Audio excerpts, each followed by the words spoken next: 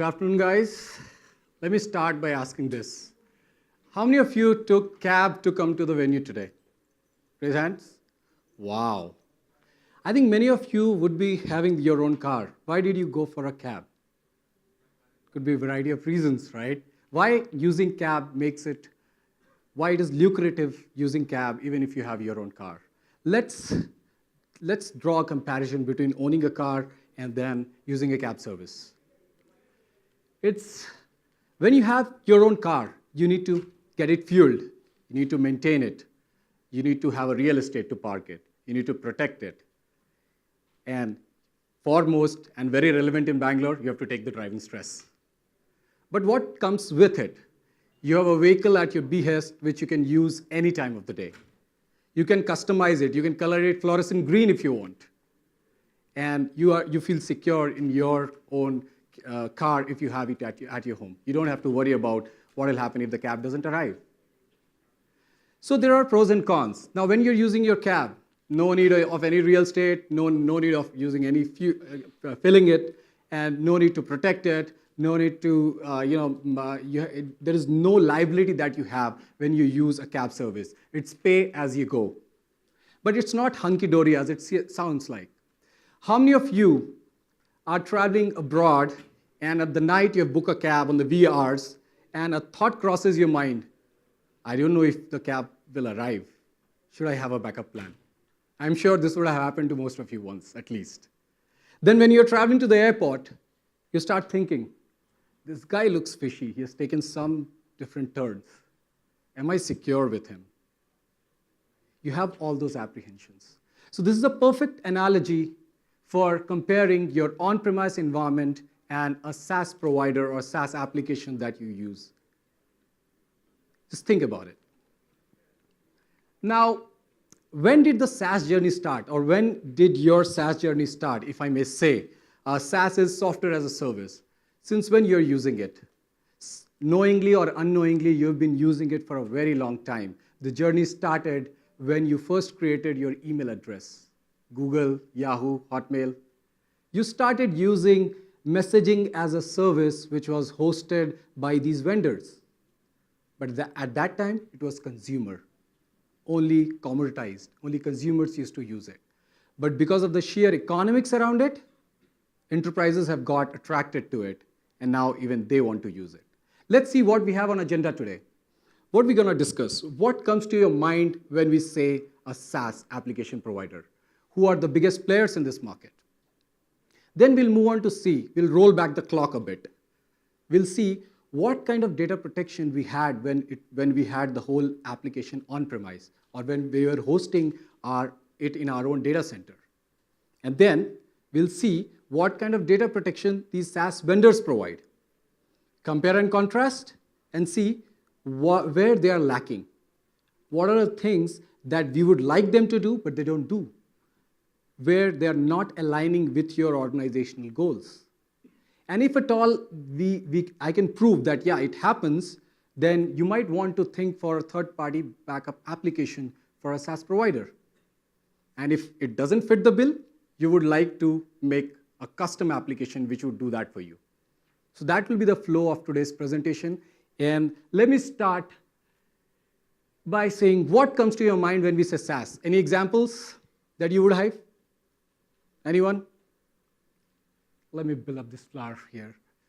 Anyone using any of these in your environment, in your companies?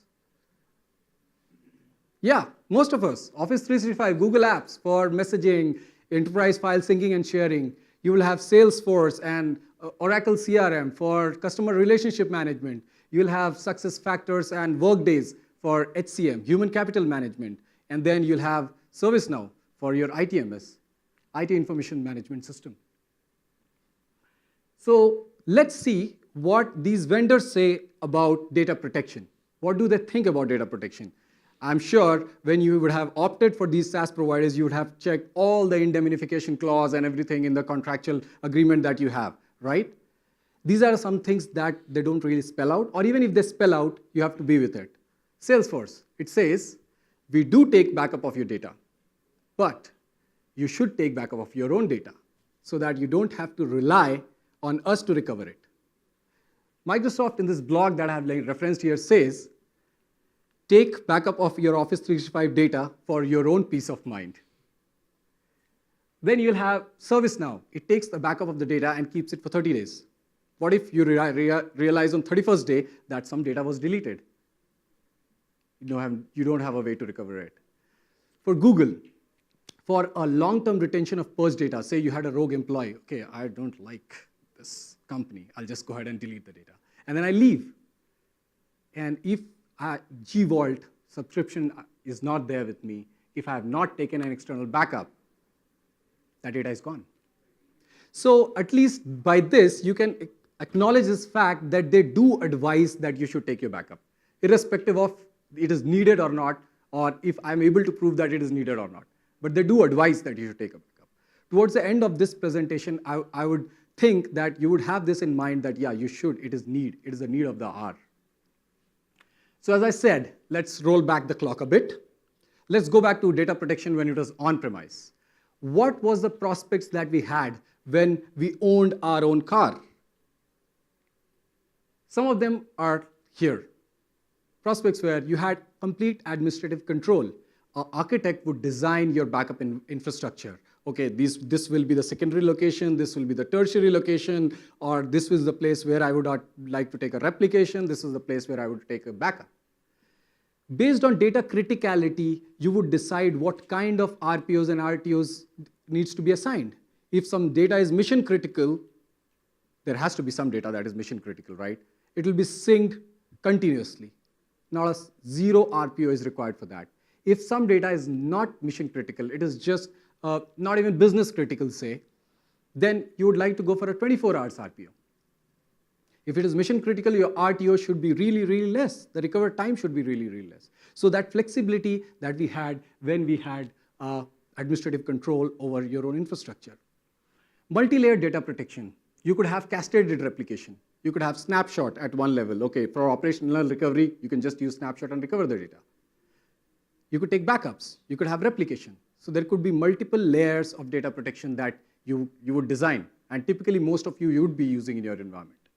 And last, self-controlled IT infrastructure. You had control over the firewall that goes out, all the communication that is coming in, the network in my own environment, the storage, the server, everywhere you had this control, a tight control, self-controlled IT environment you had. And you could block and open any ports that you would like to.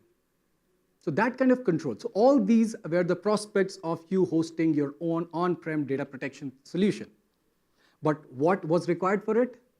A huge backup infrastructure, a backup architect, operational expenses, overheads, and by even considering SaaS, you wanted to get rid of all this, right? That's the whole lucration of using a software as a service, that I don't want to get into these hassles. So let's send it to the cloud. So now we have moved our data to SaaS. What were the considerations, or what does a data protection in SaaS look like? What are the layers of it, and what are the salient features which are required when you're moving to the SaaS in terms of data protection? First things first, data privacy. Data privacy is prime important because of regulations. Not only regulations, it's ethical to have data private. If I have my own data, nobody else should be able to access it. But can a SaaS provider guarantee that it won't happen on the SaaS? It won't happen on the platform. So you should be vigilant. Yeah, privacy is a prime concern. And privacy and security are two things which go hand in hand. They coexist. Although there are two different things, but they coexist with each other. Unless you have security measures in place, privacy goes for a toss, right? So security is also really important, wherein you should have a multi-tenant environment, not only at the infrastructure level, but at every level, from authentication to authorization, you should be having security controls in place. So the second layer. Third is availability.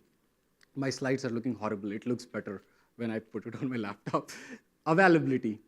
Availability is something that you have in your contractual agreement. Okay, you will get an uptime of 5 nines, 99.999. You'll not have a downtime. So that way, the SaaS provider has to spread out its infrastructure across the world, across the globe, so that it can provide that kind of availability. And that and all, they're really good at. So I'm not here bashing the SaaS provider. SaaS is a very, very lucrative option of moving, and even my company uses a lot of SaaS applications. I'm just saying be conscious when you're using it and ask right questions. So that's the motive of it. Regulatory compliance. The SaaS platform must meet the regulatory compliance because in today's scenario, doing business without regulatory compliance can be really, really dangerous. You have got global contractual agreement, the contracts that you sign with your own customers because you have their data. So you have responsibility that the SaaS provider that you're using is protecting the data in the same way as you would have protected. So all the regulatory compliance must be met. All these 4 things are predominantly the prerogative of the SaaS platform. These needs to be checked. But it's very highly unlikely that you would have control over it because it's platform dependent. Does the SaaS platform provide this or they don't provide this? Should I go for this SaaS platform if it doesn't comply to regulation? Is that regulation really applicable in my particular business case? No? Yes, sure, I can go. So it's all platform dependent. There is one thing that you can do from your side, and that is backup and recovery. I'm not saying they don't take backup of your data. They do. But what you really want is that the backup and that should be aligned to your organizational RPO and RTO. Are they providing this? If they do, yes, you should be going to the cloud. Data retention, it should be able to retain data for an extended period of time if regulation demands it. It should have restore granularity. You should be able to restore at any level in your SaaS application, right from record level to the whole instance level, depending on what kind of catastrophic event has happened. Is it accidental delete or a malicious wipe off? So they should be able to cover all those things. And last is flexible recovery point. You should be able to go back point in time at different stages. Like for example, I was reading through some community blog and I noticed that the ask for the hour is that when you are loading the data on your SaaS platform or you're doing some configuration changes or you're applying some customizations to your SaaS platform, the administrators are saying that we want a backup just before that, before doing the change. Isn't that intuitive? All of us do that in our environment. We take backup just before that. If anything goes wrong, we'll revert. So you should have flexible recovery point.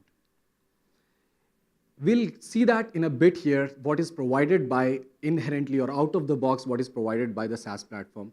If you're not able to meet this, then definitely you need a third-party backup solution or a custom backup solution that you would have to build on your own. So this becomes the center stage, and here on the presentation will be concentrated at this aspect because rest of the aspects you can arguably control or not control. You can opt for it or you don't opt for it, but this is something that you can control. All right, first things first.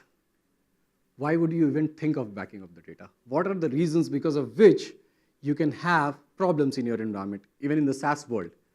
The definitions don't change. Accidental delete by a user accidentally deleted it. Or there is a rogue user, malicious intent, I just want to wipe it off and go away. Or there is a third-party application that you've integrated, say for analytics, or say for any other use case that you have integrated to your SaaS platform, and it is doing something, and because of some buggy code, it corrupts the data that you have there. That could lead to data corruption. And SaaS platform issues like database corruption or storage failures. How many of you read about Amazon S3 being down for 24 hours? Yeah, it was a buzz. It was a huge news. So many companies lost data and all those things. Not lost the data, data unavailability, they lost money because of that. How many of you know that there was a data corruption that happened on Salesforce because of which they lost some of the customers' data? So this is a hard fact that you have to acknowledge. That there could be, it is similar to what you have in your environment. There was a data center that you hosted and there were data losses that happened at your environment as well. Same can happen with the cloud. Last but by no means least, ransomware, virus attack, hackers. Who want to cry when they get a ransom call? Nobody, right? The easiest thing would be wipe off, sanitize the platform, and recover the data from a backup. Now that the data has gone into cloud, it is accessible over internet. That rings alarms in the ears of the hackers. Oh, a bigger surface of vulnerability I have. I can tap into that. So definitely, hackers are playing a very, very big role in breaching the security. And let me pull out some numbers that will prove that. So I flashed it. This is a report, or this is a survey which was done by Verizon, and it shows the victim demographics, wherein it shows the data breaches that happened in an industry, in various industries across the board, and how many of those data breaches resulted into a data loss. So this side, it shows the number of data breaches that happened, and this side shows how many of them resulted into a data loss. Now look at this. I want you to look at here, finance. 1,368 data breach incidents were recorded by Verizon, talking to the customers, talking to various partners, security analysts, out of which 765 resulted into data loss. It's said that data is a currency of digital economy. If you're losing data, you're losing money, isn't it? Look at this, accommodation industry. Around 382 breaches were recorded, out of which 272 breaches resulted in data loss. What these accommodation companies have in their database: customers' age, customers' date of birth, customers' passport, customers' credit card numbers.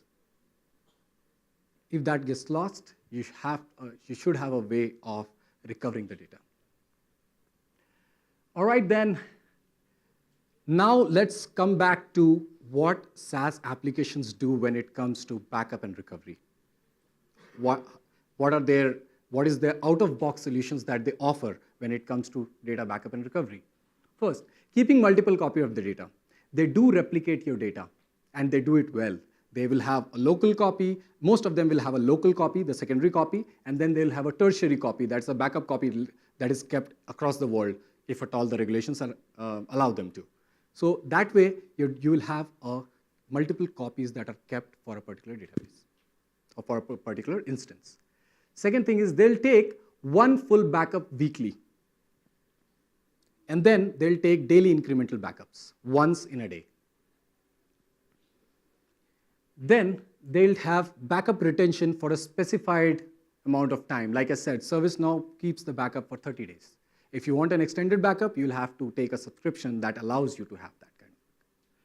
And last, they will have RPOs and RTOs which are designed for themselves. Like if they're taking one backup, incremental backup in a day, that means the RPO becomes 24 hours.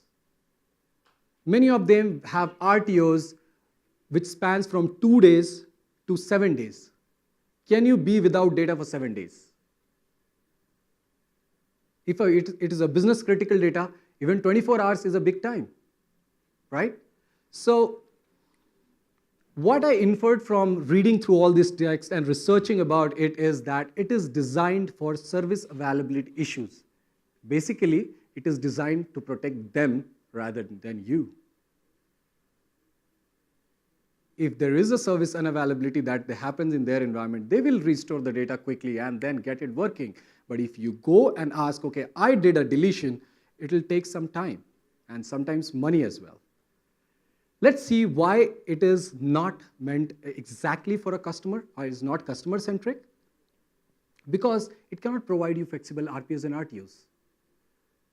And I'm not blaming them because they have a huge infrastructure, so many customers hosted. If they don't have a standardized policy and they start providing custom policies for everyone, it will be very difficult for them to host such a big environment. So it's intuitive that they will have such a thing. Backup retention. They can't retain it forever. If you have a medical record stored 7 years, you should keep the medical record. And it keeps on accumulating. And even if they do, they'll charge you money for it, right? And like one of the gentlemen here said, that once the data goes into petabytes, then you start moving back because the cost is huge.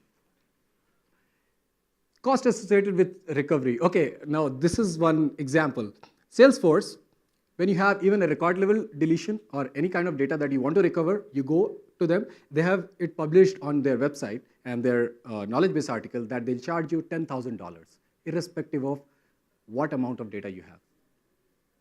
You want to recover. And it may take 18 to 20 business days for it to get recovered. That's the cost associated with it. I have not seen that kind of costing across the industry, across other platform people, but Salesforce does that. So there is at least one example, and I'm not sure about others because I have not researched enough. Are they meeting the compliancy requirement? If they cannot host you, if their platform is not HIPAA compliant, if they cannot host you for 7 days or 7 years of worth of data, obviously you require a backup software. So by now, I think I have at least induced this thought in your mind that there is a chance that you would require a third-party backup application, and it's not that everything is provided out of the box by the SaaS providers. And there may be a need for your business or mission-critical data to be backed up more frequently with a lesser RPO and RTO, and also for compliancy needs, and for also having control of the data, so that you also have a copy of the data in your on-premise environment. So after this, what will be the gradual next step, or the very intuitive or natural next step for you? Go out and research about who is providing a backup service for my SaaS provider. What are the partners that these SaaS providers have? Now, have you ever been to Amazon Marketplace? I think most of you would have been there. Have you ever been to a Salesforce or a SaaS service provider's marketplace? There are a hell number of apps. There are a huge number of apps there. How do you decide which one is better? What are the criteria that you will employ to judge which particular application is best for me? How will you evaluate the data protection solution that you're getting? It is by asking right questions. And what are the questions that you need to ask? What is the criticality of your data? First things first. What is the criticality of your data? Say you are using SaaS for the second grade or third grade of the data in your environment. You're still hosting the first 2 grades of your data in your environment very close to you. Now in that case, do you really need a backup solution for it? Isn't 24 hours of RPO is okay? If that is the case, you don't need a backup solution at all. So first of all, you need to figure out, do I really need it? Does a compliancy requirement require that kind of backup? Second is cost. Obviously, you went to the cloud to reduce the cost. So if at all a solution is if a backup solution or backup provider is asking you huge money, you can't go with that, right? So it should be optimum, it should be manageable, it should fit under your budget. Flexible RPOs and RTOs. They should be able to do a manual backup when you want to do it. So you can get multiple recovery points in a day. They should be able to schedule the backups whenever you want. There should be a scheduling mechanism. Backup retention. The infrastructure should be able to retain backup for a time that you want it to be. Now, if all these things are taken care, then it is aligned to what you had in your on-premise environment, right? Data security, both in flight and at rest. Now, what you're doing here is, now your data is sitting in SaaS, you've already sent it out of your organization. And then some other backup guy will again pull it from the SaaS and keep it in his infrastructure or your infrastructure. So you definitely want a data in flight as well as at rest encryption so that your data is safe, right? So that should be provided. It should be meeting the security and compliance standards. It should be meeting the compliance standards, which the SaaS platform is also meeting. And then it should be easy to use. It should have restore granularity, which the application itself is not providing you, because that's the first reason because of which you opted for this, right? And last, it should support multi-SaaS platforms, because I'm pretty sure that once you move one of your applications to cloud and you see benefits, okay, kaching, there is money that I'm saving, so let's move other workload also to the cloud. Now in that particular case, you would require a backup solution, different backup solutions for that. So why not opt for one which has multiple vendor support, right? So you should look for that. Okay, how many multiple SaaS platforms do you support? That's one of the questions that you should ask them. Last is self-hosted or managed. Now, what does it mean? Let me explain you. So the reason that you move the data to the SaaS is because you don't want to host it on your environment. Now, there is one backup application that the one backup solution guy that comes and tells, okay, what we do is we install it on your on-prem, and then you can connect it to your SaaS provider, and you can take your backup on-prem. Oh, I came back to square zero where I started from. Or if it is necessary, yes, I want control of the data, yes, please go ahead, do that. That's my requirement. But if not, how about the idea of having a SaaS for backing up a SaaS? That means it's a software as a service, a backup service which connects to your, which you will connect to your SaaS provider. It will take the backup, it will keep in the cloud. So you are not responsible for it, he's responsible for it, and he has all the contractual obligation.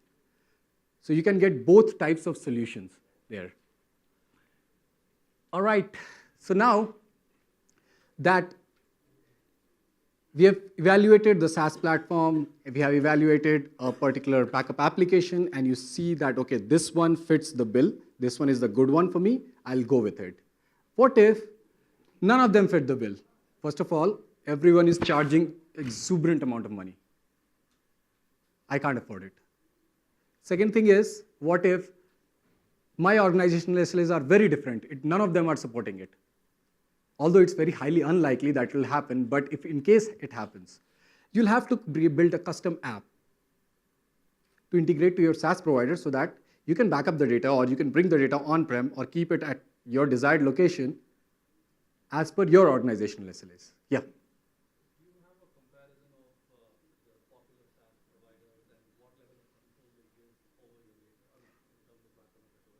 Yes, and I'll take it offline. All right, it's beyond this purview of this presentation.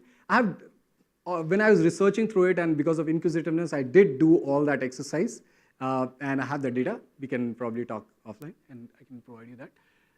Then when you plan on integrating to a SaaS platform, what all is required? As a developer, what all is required? Let me give a disclaimer here. I'm not a developer. I'm a tech marketing engineer. I work under product management. It's just out of curiosity, okay, what these SaaS platforms provide. I did some research on Salesforce. Salesforce is the biggest cloud provider at this point, cloud SaaS provider that exists right now, from $6 to $8 billion of revenue per year. Many people use it. So I just researched on it, and then it's very rudimentary approach for developing an application. I would concede that, but this is what I learned while I was researching about it. What all you should know about a SaaS platform to be able to build an app to interact with that particular SaaS platform. First things first, understanding the SaaS application workflow. What kind of application is it? Is it a CRM? Is it a customer relationship management? Or is it a mail service? So what kind of data are you expecting, or what kind of workflows happen inside the application, or the use case that happens inside the application? Understanding the platform layout. How they are storing the data, how the platform is created, what are the pods, how it is spread out, what kind of database they are using in the backend. So that will give you a clear picture of what to expect out of that particular platform. Then comes authentication mechanism.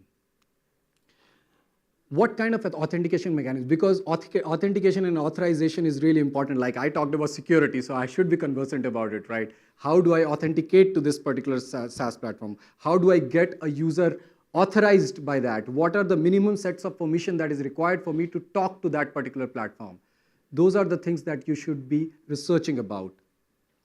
Data model, what kind of data types that they use?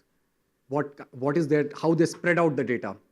How, in what way they stored, what is the schema of their database if you are talking about a database application. And the foremost thing, once you've researched on all those, is what are the APIs that they're exposing? Do they really expose data APIs wherein you can pull the data from them? Do they really expose metadata APIs? Because for a backup, metadata is really important. Do they really expose that?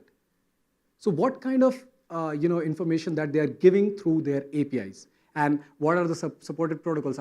Can I use REST, or do I have to go in for SOAP, and you should have the WSDLs and build that app? What is the complexity around it? Once you have all this information, the last thing that you need to think of is the API limits. Do you know there is something called API limit for a SaaS platform? SaaS platforms have pods, and they have multiple customers hosted on that pod, and they create a layer of abstraction where it's multi-tenant, so nobody can see nobody. Now, in that particular scenario, what happens is once you're querying that particular application with your organization, with your users, you are hitting the SaaS platform and asking questions. There could be another customer hitting the same pod asking that question. So they throttle the number of APIs in terms of performance or in terms of numbers.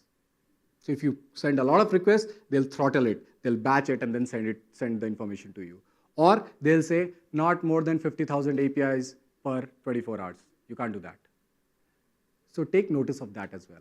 Once you've noted all those things, then you start developing something. So in this particular demo, what I'll show is I have got my Salesforce instance. So what I'm doing here is I've created a very rudimentary app wherein when you click the button, Salesforce Login, okay, let me just pull it up. Salesforce Login, what it does is it'll send out a request to the OAuth 2 endpoint, and then it'll redirect it to Salesforce UI, that is login and user login page. Once I put in my username and password, I'll get a session ID, then I query and get access tokens and refresh tokens, which I can use further to query the SaaS platform. Once I have those, I can query it further, do all the different queries. Hence, sorry. Let me just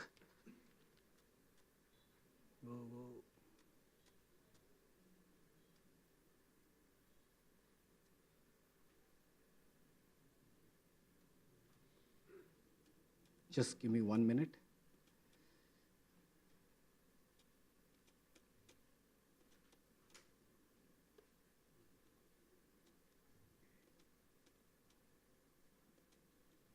All right, so here I clicked on that button and it took me to the Salesforce login page, and I put in my username password and logged in to Salesforce. Basically, it's not logging with the Salesforce, it is just for me to get the session ID, and I'll be redirected to my application, which is here, which is to take the backup of different objects in Salesforce. So here I'm logging to the Salesforce so that I can show you what it looks like. I think most of you would have seen it. If not, this is how it looks like. It is to store sales data. You can see different kinds of objects. These are accounts, contacts, opportunities, very sales type terminologies, right? So for this particular demo, I have backed up this particular object, that is contacts, because contacts are really important in sales. You can't sell anything if you don't have contacts. So these are all the contacts that are stored here. So what I'm going to do is I'm going to back it up to a S3 bucket. So I've created a S3 bucket. I'm just going to query, fire a REST API using a Python that I've done in the backend, and then pull the data in a JSON format, put it to a S3 bucket.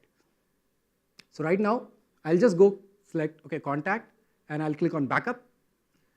Once this load prompt goes, that means the script got executed, and I can go back and check my S3 bucket, and you can see that there is a contact backup.json file that got created. And when I look through that file, I'll just open it in a bit so that you're able to see in what format they actually send the data. Right, bring it on. Yep, so it looks like this, a bit hazy. It should have been more clear. But you can see that the data exists in JSON format here, key value pairs, and you can see all the information about address, the name, the email address of the users or the contacts that was there. So we have got all the data with us now, right now. So I can do whatever I want with that. So now what I'll do is I'll simulate a data accidental deletion of the data, and then I'll search through this backup and restore it onto the Salesforce instance. So I'm deleting this particular user, Chow Chow, he's one of my colleagues. And then Sam, I'm just gonna delete it. Oops, accidentally. And then I'll refresh, and you can see that the data is not there now. 1 minute. And then now I'll go back here and, whoa. Restore button, I'll just go write the restore, what contact I wanted to restore, and then click on restore. And once I go back and refresh, you'll see that that contact is back here. So the restore happened. Now the next thing is you see that there is a button called Restore to on-prem database. I'll just move it a bit ahead so that we don't kill time. Okay, you see that there is a button called Restore to on-prem database. For various factors, you would like to restore a data to your on-premise for security reasons, for you to keep it, to be compliant. And one more thing is because of the API limit, you can't query your SaaS provider to an extent that you would want to. If you have a share market, you have to query and you have to keep the data up to date. So you have to bring the data to on-prem database, expose an OData connectivity or something, and then give it to an application like Oracle CDW, some data warehousing application. So for that, When you click on restore to on-prem, what it does, it will parse through the JSON and then put that data into a database of your choice. In this particular case, I have used SQLite database with which I've put that, and I'll just go back and get that from other screen. You see, this is a database browser that I have, and once I refresh, you see that all the data is here. What I wanted to prove by this exercise is that it's a very rudimentary application, but it is possible. If you go and research the pointers that I've pointed to, and if you have a development team, you can build custom apps using which you can query your SaaS provider and align it to your organizational objectives rather than aligning yourself to their organizational objectives. That's all that I have today, and I have almost ran out of time. So thank you very much. Any questions if you might have, I'll be happy to answer. And I think we have to step out, and then I can take questions. Thank you very much. Have a good day. Thank you, Saurabh.